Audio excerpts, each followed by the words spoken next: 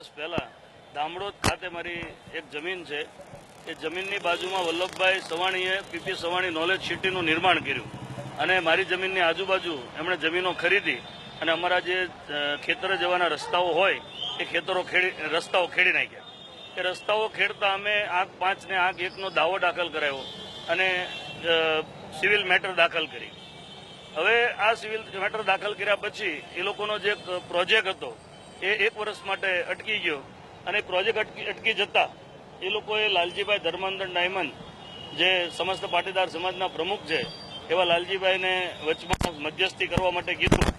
લાલજીભાઈ મને બંગલે બોલાવી અને આવી રીતે જે રસ્તા બાબતનો પ્રશ્ન હતો, ડિસ્પ્યુટ ઉભા થયા હતા અને કેસ કબાલાઓ થયા હતા, કેસ પાછો ખેંચવા માટેની વાત કરી. એટલે મેં મારા રસ્તા બાબતની ચર્ચાઓ કરી અને એક સમાધાન લાલજીભાઈના અંડરમાં કરવામાં આવ્યું. લાલજીભાઈ દ્વારા એવું નક્કી કરવામાં આવ્યું અમારા પંચ દ્વારા કે ભાઈ મારી જમીન છે એ વલ્લભભાઈને આપી દેવી અને વલ્લભભાઈ ટોપીની જે જમીન છે મને આપી દેવી. એટલે એકબીજાને અદલા બદલી કરવામાં આવે.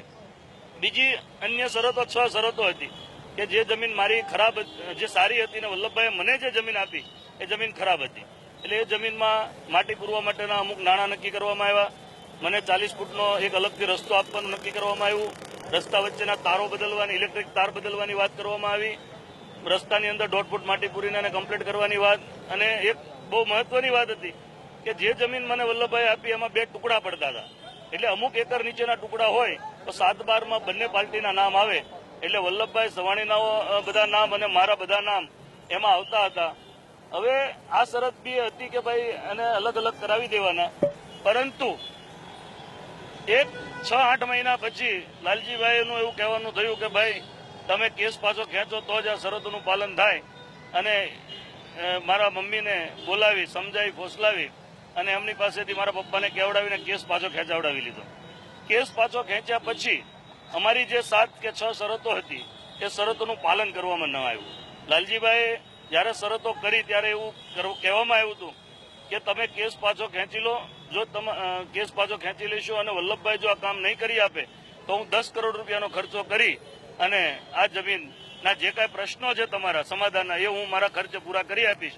આવું કમિટમેન્ટ આપ્યા પછી મારા પપ્પાએ કેસ પાછો ખેંચી લીધો.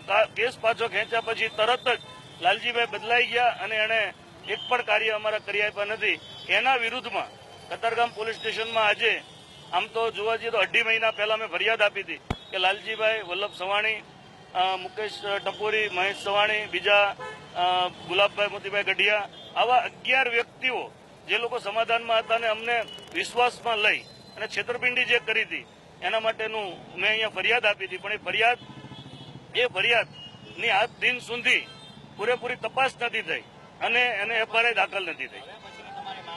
માંગણી એક જ છે, જે જમીન મારી પાસેથી લાલજીભાઈએ છેતરપિંડી કરી અને વલ્લભ ટોપીને અપાવી દીધી અને એની જમીન મને અપાવી અને સમાધાનમાંથી નીકળી ગયા છે અને મારી શરતોનું પાલન નથી થતું, તો જે જમીન મારી મેં એને આપી છે અને એણે મને આપી છે અતિ એમના મૂળ પરિસ્થિતિમાં લાવી આપવી જોઈ.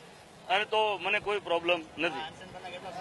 આ અનશન જ્યાં સુધી કતારગામ પોલીસ સ્ટેશન મારી આપેલી અરજીના આધારે FRI દાખલ ન કરે ત્યાં સુધી હું, મારી પત્ની, મારી દીકરી અને મારો દીકરો અમે 4 જણા અહીંયા અનશન ઉપર બેઠા રહીશું. માંગણી પૂરી ન થાય. બહુ મોટા માણસો છે. લાલજીભાઈ જે ધર્માંદર ડાયમંડ છે એમણે નરેન્દ્ર મોદીનો સૂટ ખરીદ્યો છે. અવારનવાર પોલીસ અધિકારીઓ લાલજીભાઈના બંગલે જમવા જાય છે. મારે ત્યાં કોઈ જમવા નથી આવતું. ઘણો નાનો માણસ છું. એટલે મને લાગે છે કે આ ફરિયાદ દાખલ ન થાય ત્યાં સુધી મારે બેસવું જોઈએ.